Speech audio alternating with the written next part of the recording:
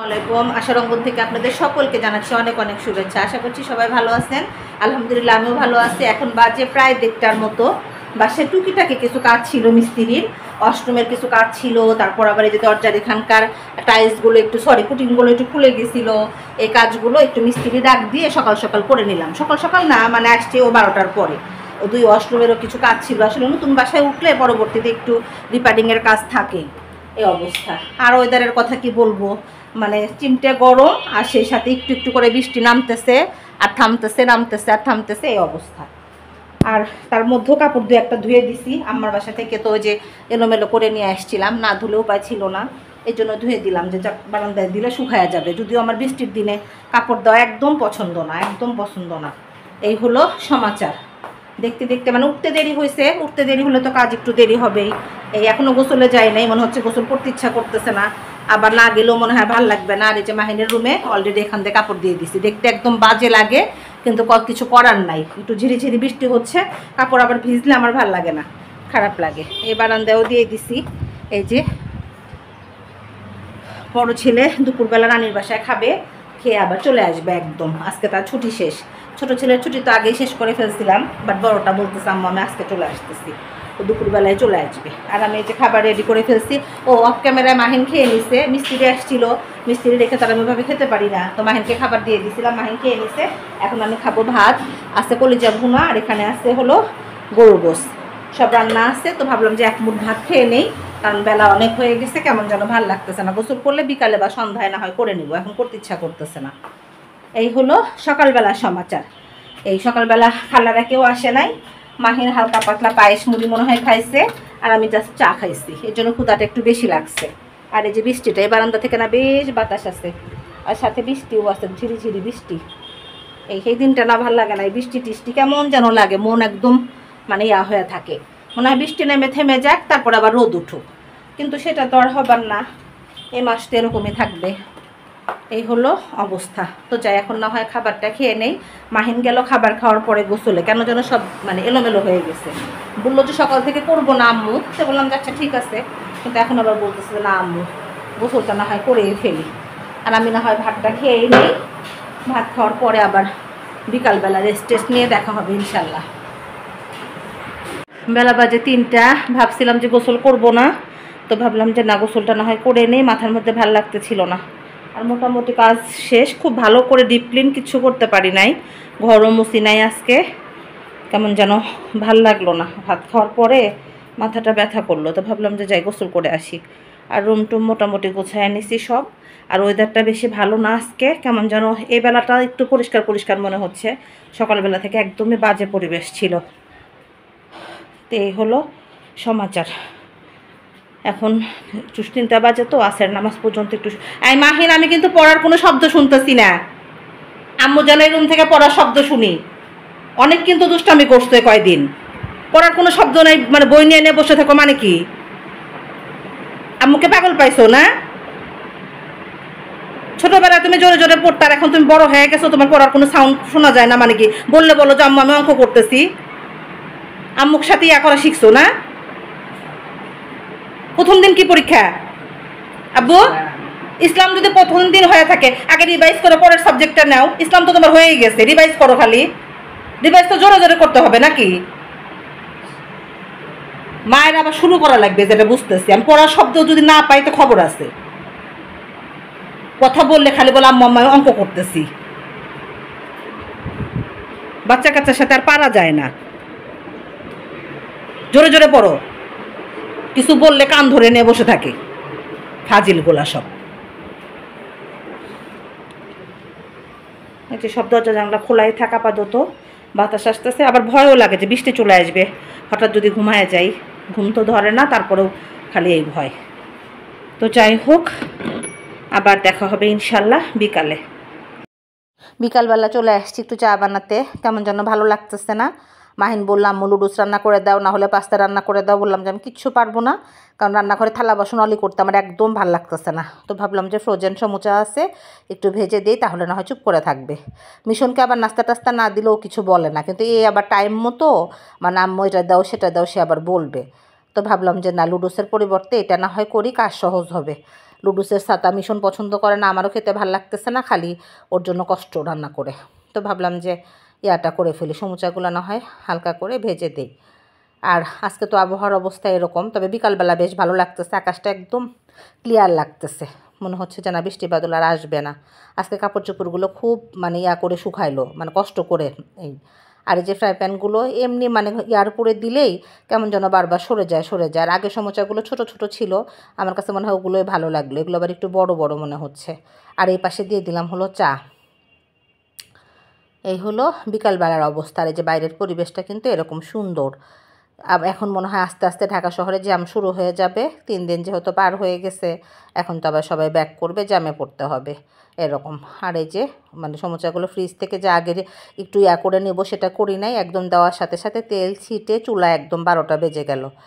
এই তো আমার কাজের অবস্থা, মানে রান্নাঘরে কাজ না করতে করতে ব্যালেন্স একদম নষ্ট হয়ে গেছে। এই আর তেলটা মনে হয় বেশি গরম হয়ে গেছিলো, দেওয়ার সাথে সাথে একদম ইয়া হয়ে গেল, কি যেন বলে লাল হয়ে গেল ভিতরে হওয়ার আগেই, খেয়াল করি নাই। আর আমার তো এই যে চুলাতে কিছু পড়লে সাথে সাথে না মুছলে হবেই না। এই মানে খাবারের একটু একটু বাঁচতে বাঁচতে দেখা যায় যে টেবিল ভর্তি হয়ে গেছে, কি সরি হাঁড়ি পাতিল রাখার একটা ভর্তি হয়ে গেছে, এখন আবার সব ইয়ার উপর দিয়ে রাখা হয়েছে। এই যে মানে অল্প মানুষ হলে কী হবে, যেটাই রান্না করি একটু একটু করে থাকে, ওগুলো দেখা যায় আবার সব গড়াগড়ি করতে থাকে। আর এই যে সমুচা মাহিনকে ভেজে দিছি, সে বলতেছে আম্মু নুডলস দিলা না, তো বললাম যে না এটা খাও, এটাই মজা হয়েছে। তো সে বলতেছে আম্মু ভালো লাগতেছে, তো বললাম যে আচ্ছা ঠিক আছে। আর আমি চাটা সেকে নেই, আর ওর পাশে কিন্তু দাঁড়ায় আমিও খাচ্ছি। এই আর যেহেতু গরম, মাহিন একদম তিরিং বিরিং করে সে শেষ করতেছে। আর সেই সাথে চাও হয়ে গেছে, যে চাটা সেকে নিলাম। চার কালারটা খুব সুন্দর আসছে। সকালবেলা মনে হয় চা খাওয়া হয়েছিল কিনা ঠিক মনে নাই, এর জন্য মনে হয় চার জন্য আরও বেশি পাগল পাগল লাগতেছে। চাটা বানায় ভাবলাম যে না খেয়ে শেষ করে ফেলি, তাহলে বিকালের ঝামেলাটা অলমোস্ট শেষ হয়ে যাবে এরকম। তো চার কালারটা খুব সুন্দর আসছে, মনে হয় খেতে ভালোই লাগবে, খারাপ লাগবে না। তো এই যে সন্ধ্যার পর চাটা শেষ করে নামাজ পড়ে আমি বের হলাম একটু নিচে, কারণ বেশ কয়েকটা জিনিস আনতে হবে, নিচে না নামলেও উপায় নাই, সারাদিন শেষ হতে একবার নামতেই হয়। তো ভাবলাম যে নিচ থেকে ঘুরে আসি। এই আমি কিন্তু চা খাওয়ার পরে নামাজ কমপ্লিট করে তারপরে বের হয়েছি। এটা আমি অ্যাজ ইউজুয়াল প্রতিদিনই বের হই, কারণ এমনিতে রাতে ঘুম কম হয়, তারপর যদি একটু হাঁটাহাঁটি না করি তাহলে আরও বেশি মনে হয় কেমন যেন লাগে। তো ভাবলাম যে না বের হয়ে যাই এরকম। এই যে বের হয়ে যাচ্ছি, মাহিনকে পড়তে দিয়ে আসছি, বসে যে আম্মু যাবো আর আসবো এরকম। আর কি বলবো, ঈদের সময় খালাদের আসতে তো একটু অ্যাজ ইউজুয়াল দেরি হবেই, এটা নিয়েও একটু টেনশন করতেছি, সব কবে ফিরবে এরকম। আর কারণ বৃষ্টি বাদল গেছে, বাসা 2-3 দিন বন্ধ ছিল, মনে হচ্ছে যে কাজ অনেক বেড়ে গেছে, কিন্তু আজকে তো বেশি কাজ করলামই না, হালকার উপরেই দিনটা মনে হয় কাটাই দিলাম। কালকে আর এভাবে বসে থাকা যাবে না, একদম ইয়া করে শুরু করতে হবে। এই তো বাসার নিচে চলে আসছি। আসার পর এবার দারোয়ান ভাইকে দেখলাম না, মনে হয় ছুটিতে গেছে মেবি, তবে গেট তালা নাই, গেট খোলাই আছে। তো সেখান থেকে সরাসরি চলে আসলাম হলো আমি মিনা বাজার কিন্তু ঈদের পরের দিনও খোলা ছিল, জাস্ট নাকি ঈদের দিন বন্ধ ছিল। ওই যে পিছনে ছেলেটা বলতেছে, ও আমি গেলেই দেখা যায় যে ও আমার পাশাপাশি ম্যাক্সিমাম সময় থাকে, কি লাগবে আপা বলেন। এই তো বলতেছে আপা বাজার করতেছেন, তো বললাম যে হ্যাঁ আমি তো ঈদ করতে গেছিলাম মার বাসায়, ঈদে আমার বাসায় তেমন কিছু লাগে নাই, আজকে আবার যেয়ে দেখি যে না টুকিটাকি কিছু লাগবে। তো এগুলোই সব গল্প সল্প করে হাবি যাবি ওকে বলতেছি এটা দাও সেটা দাও। এই আর এই যে মিনা বাজারেও কিন্তু টুকিটাকি আজকে ভিড় আছে, খুব উপচে পড়া ভিড় না, যেহেতু ঈদের পর এরকম। আর আমি তো যে ঈদে মার বাসায় যাবো দেখে আর বাজারটা ওইভাবে করা হয় নাই, তো আজকে দেখলাম যে না টুকিটাকি কিছু জিনিস লাগবে, না হলেই না। আর সেটাই যে বিলটা পেমেন্ট করতেছে ওর কাছে, পেমেন্ট করে আরও যেন কি লাগবে সেটা আবার ও বলতেছে আপা একটু মিনা বাজারটা দেখান পুরাটা।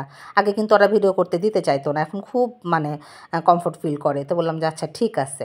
এই তবে আমি কিন্তু বাজারঘাট যা আছে সব মিনা বাজার থেকেই করি, ওদের কাছে মানে ভ্যাটটাও মনে হয় নাই স্বপ্নর মতো, আমার কাছে ভালোই লাগে। আর ওদের বিহেভিয়ারটা আসলে বলার মতো না, ব্যবহারটা অনেক ভালো, প্রত্যেকটা সেলসম্যানের সহ ম্যানেজার যারা থাকে মাঝে মধ্যে ওনারাও কিন্তু প্রচণ্ড পরিমাণে অনার করে।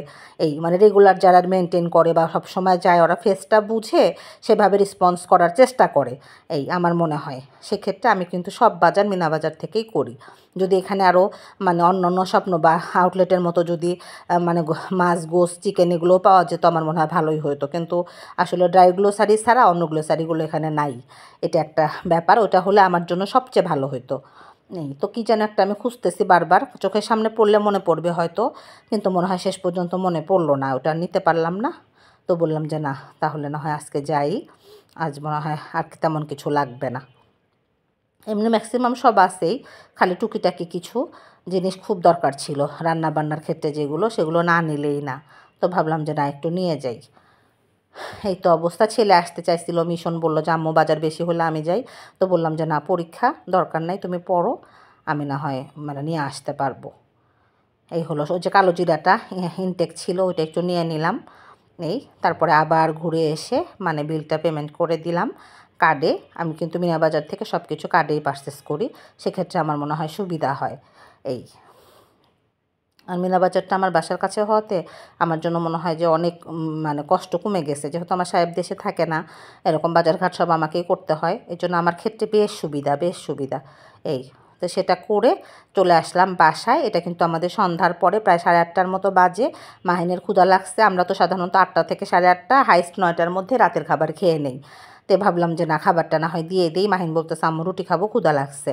মাহিনের আবার একটু দাঁত ব্যথা। তো বললাম যে ঝুরা গোস আছে, ঝুরা গোস দিয়ে কি রুটি খাবা? তো বললো যে হ্যাঁ আম্মু খাবো। ও আবার রুটি পছন্দ করে। তো বললাম যে আচ্ছা ঠিক আছে, আমি না হয় রুটিগুলো ভেজে দিই। আম্মা বেশ কয়েকটা রুটি বানায় একদম পাঠিয়ে দিছে, কারণ হচ্ছে খালারা না আসলে আমার চেয়ে আম্মা চিন্তা করে বেশি। আসলে মা তো মাই। তে আম্মা দেখা যায় যে বানায় পাঠিয়ে দিছে। যে মাহিন রুটি পছন্দ করে আম্মা জানে, আবার আমিও তো রাতে ম্যাক্সিমাম রুটি খাই। তো ভাবলাম যে দেরি হয়ে যাচ্ছে, তাহলে না হয় রুটিগুলো ভেজেই টেবিলে দিয়ে দিই। এই হলো সন্ধ্যাকালীন কাজ। আমরা কিন্তু গ্রামের মানুষের মতো খুব আর্লি খেয়ে ফেলি, এটা কিন্তু শরীরের জন্য ভালো। সবসময় আমরা একদম দেখা যায় 8:30, হাইস্ট 9টা, না 9:30, 10টা এগুলো হয়ই না। আমার বাসায় ছিলাম, আমার বাসায় ওরা তো দেখা যায় অনেক রাত করে খায়, 10টা, 10:30, 11টা বেজে যায়, কিন্তু আমাদের কিন্তু তা না। এই যে দুই ভাই বসে পড়ছে। আর মিশন তো তেল চর্বি কোনো কিছু নিবে না, সে তো ঘাটাঘাটি করে, ঝুরা মাংসও তার অনেক ঘাটাঘাটি করে চয়েস করে নিতে হবে। একদম সলিডের সাথে আর কিচ্ছু থাকা যাবে না। এই হলো সমাচার। আর এই যে মাহিন হাসতেছে, বলতেছে আম্মু চিকেন শুরু হবে কবে থেকে? তো এই মাত্র বাইরে থেকে আসলাম, লিফটে আর ফোন ধরা হয় নাই। বৃষ্টি নাই, বাতাস আসছে, বেশ ভালোই লাগলো। রাস্তাঘাট বেশ কি বলবো, শান্ত, গাড়ি ঘোড়া কম। এই তো টুকিটাকি কয়েকটা কাজ ছিল, বিশেষ করে আমার 2টা ওষুধ একদম পাওয়া যাচ্ছিল না। এত চিন্তা করতেছিলাম, পরে যে মেডিসিনের দোকানে বলে গেছিলাম, পরে দেখি যে না, উনি এনে রাখছে। একদম আমি ওনাকে যে কী পরিমাণ ধন্যবাদ দিলাম তা বলার মতো না। কারণ এই ওষুধটা ছাড়া আমার একদম কি বলবো, চলবেই না। আমি তো ভাবছিলাম যে পাবোই না, পরে ভদ্রলোক বললো যে না, আমি ছুটির মধ্যেও এনে রাখছি। উনি তো হিন্দু মানুষ, হয়তো ঈদের ছুটিতে যায় নাই, যাই হোক ওষুধ 2টা কালেক্ট করতে পারছে, অনেক অনেক ধন্যবাদ। এইগুলো অবস্থা। ওষুধটা নিলাম। আর আমি তো আমার বাসায় ঈদ করছি, ঈদ করার কারণে আমার তো বাসায় বাজার করার দরকার হয় নাই। আজকে আবার হঠাৎ করে রান্না করতে যায়, দেখি এটা নাই সেটা নাই, মাথা একবারে বিগড়ে গেছে। তো ভাবলাম যে না, এখন না হয় নিয়ে আসি, না হলে আবার সকালে দৌড়াতে হবে। বাসায় লাইজল শেষ হয়ে গেছিল, খালা অলরেডি ঈদের আগেই জানাইছে, কিন্তু মনে ছিল না। লাইজল ছাড়া তো ঘর মোছা একদম অসম্পূর্ণ একটা ব্যাপার, হবেই না। সাথে হলো আমার এই যে চিজ বিস্কিট, এই বিস্কিটগুলো আমার কাছে খুব ভালো লাগে। একদম 1 প্যাকেট দিয়ে দেখা যায় 2 বেলার চা খাওয়া হয়ে যায়, যদিও মিশন মাহিন একদম সচেতনভাবে পছন্দই করে না এই বিস্কিটটা, কিন্তু আমার কাছে আবার ভালো লাগে। মরিচের গুঁড়া ছিল না, নিয়ে আসলাম মরিচের গুঁড়া। তারপরে নিয়ে আসলাম দুধের প্যাকেট। আজকে মিনা বাজারে বেশ শান্তশিষ্ট। তো যেটা বলতেছিলাম, মিনা বাজারেও আজকে ভিড় নাই, মনে হয় 2-3টা সেলসম্যান ছিল। তো ওরা খুব সাথে সাথে সব দিয়ে দিল। মরিচের গুঁড়া, ডিপ্লোমা দুধের প্যাকেট, সাথে আছে হলো চিনি, চিজ বিস্কিট তো আরও আছে। সেই সাথে নিলাম হলো এই যে কি বলে এটা, আমার শুধু সাদা এলাচ আর দারচিনিটা বলতে এলোমেলো হয়ে যায়, এলাচিক বলি দারচিনি, দারচিনিক বলি এলাচ। সাথে কিশমিশ। তারপর নিলাম হলো কি বলে এটাকে, লবঙ্গ। যদিও লবঙ্গ তরকারির মধ্যে আমার একদম বেশি পড়লে খুব খারাপ লাগে। এই যে সাদা এলাচটা এখন একদম মুখস্থর মতো হয়ে গেছে, আর মনে হয় ভিড় হবে না। নিলাম হলো ধনিয়ার গুঁড়া, অর্থাৎ যেগুলো একদম প্যাকেটগুলো সব নিয়ে আসছে। রাঁধুনি, এগুলো সাধারণত আমার কাছে রাঁধুনিই ভাল লাগে, অন্যগুলো অতটা ভালো লাগে না। সাথে নিয়ে আসলাম কালো জিরার প্যাকেট, কারণ আমি তো কালো জিরা ভর্তা খুব পছন্দ করি। তো ভাবলাম যে না, এটা যেহেতু ইনটেক আছে, ভাল লাগবে। বাসায় আছে কিছুটা, ওটা দিয়ে হয়তো 2-1 বার ভর্তা করা হয়ে যাবে। তো ভাবলাম যে না, নিয়ে যাই। ঈদের পর গোস খেতে খেতে আর ভাল লাগতেছে না, অসহ্য লাগতেছে। আর কি আনলাম, টমেটো সসটা কী কারণে যেন ওদের কাছে বড়টা নাই আজকে। ঈদের সময় তো সব মনে হয় হয়ে গেছে, শেষ হয়ে গেছে। তো ভাবলাম যে না, আপাতত ছোটোটাই। কারণ আহমেদের যে সসটা গতবার নিছে, ওটা মিশন বাহিনী একদম খেতে চাচ্ছে না, কেমন যেন একটু ঝাল ঝাল লাগে বেশি। ওরা আবার টকটাতে একটু মিষ্টির ফ্লেভারটা বেশি পছন্দ করে আমার ছেলেরা। তো যাই হোক, আপাতত ছোটোটাই নিয়ে আসলাম, যে ছোটোটা না হয় চলুক। আর সেই সাথে কি আছে, আর আছে হলো ও এটা আবার রাঁধুনি, ধনিয়ার গুঁড়াটা ইয়াটা রাঁধুনিটা শেষ হয়ে গেছিলো, পরে এই সিয়ারটা নিয়ে আসলাম যে না এটাই না হয় টেস্ট করে দেখি আপাতত। এই হলো বাজার, খুব একটা বেশি না। সাথে হলো মাহিনের হলো হরলিক্স বিস্কিট, এই যে, আর মিশনের হলো রাস বিস্কিট। এই হলো আমার বাসার অবস্থা। এক একজনের টেস্ট এক এক রকম। এক ছেলে চা খেতে নিয়ে বলবে আম্মু রাস নাই, এই বিস্কিটটা ছাড়া আমার বড় ছেলের চলবেই না। আর এই হরলিক্সটা আবার মাহিন খুব পছন্দ করে। আর এই দুটাই আমার পছন্দ না, আমার কাছে আবার চিজটা পছন্দ হয়। এই হলো অবস্থা। ওর বাবার আবার আরেকটা, ওর বাবা চার সাথে বিস্কিটটা কখনোই চলতো না, খুব একটা পছন্দ করতো না। এই হলো আমার বাজার সমাচার। সেই সাথে মাহিনের খুব নাকি একটা অ্যালার্ম ঘড়ি দরকার ছিল, সে পাগল হয়ে গেছিল। তো যাই হোক, সে যে ঈদের সালামি পাইছে সেটা দিয়ে আমার কাছে দিয়ে বলছে আম্মা একটা ঘড়ি নিয়ে আসবা। পরে সাকিবের দোকান থেকে মাহিনের জন্য এই ঘড়িটা নিয়ে আসলাম। ঘড়িটা কিন্তু বেশ সুন্দর। এই মানে অ্যালার্মটাও বেশ জোরে হয়, ও ফজরের সময় নাকি উঠবে, এই কারণে আমি তো একটু দেরিতে উঠি, ও আবার আজানের সাথে সাথে উঠতে চায়। এই তো যাই হোক, ঠিক আছে, বাচ্চাদের কোনো কিছুতেই মানে না করা উচিত না, যেগুলো মানে সিলি ব্যাপার, যেগুলো মানে সব কিছুতে না না এগুলো করতে হয় না। তো বললাম যে আচ্ছা ঠিক আছে। বারবার বলছে যে আমার নানির সালামি দিয়ে আমি একটা ঘড়ি কিনবো। তো বললাম আচ্ছা ঠিক আছে, এটা তার আগে থেকে নিয়ত করা ছিল। তো মাহিনের জন্য একটা সাকিবের দোকান থেকে ঘড়ি নিয়ে আসলাম। এই তো হলো আমার অবস্থা।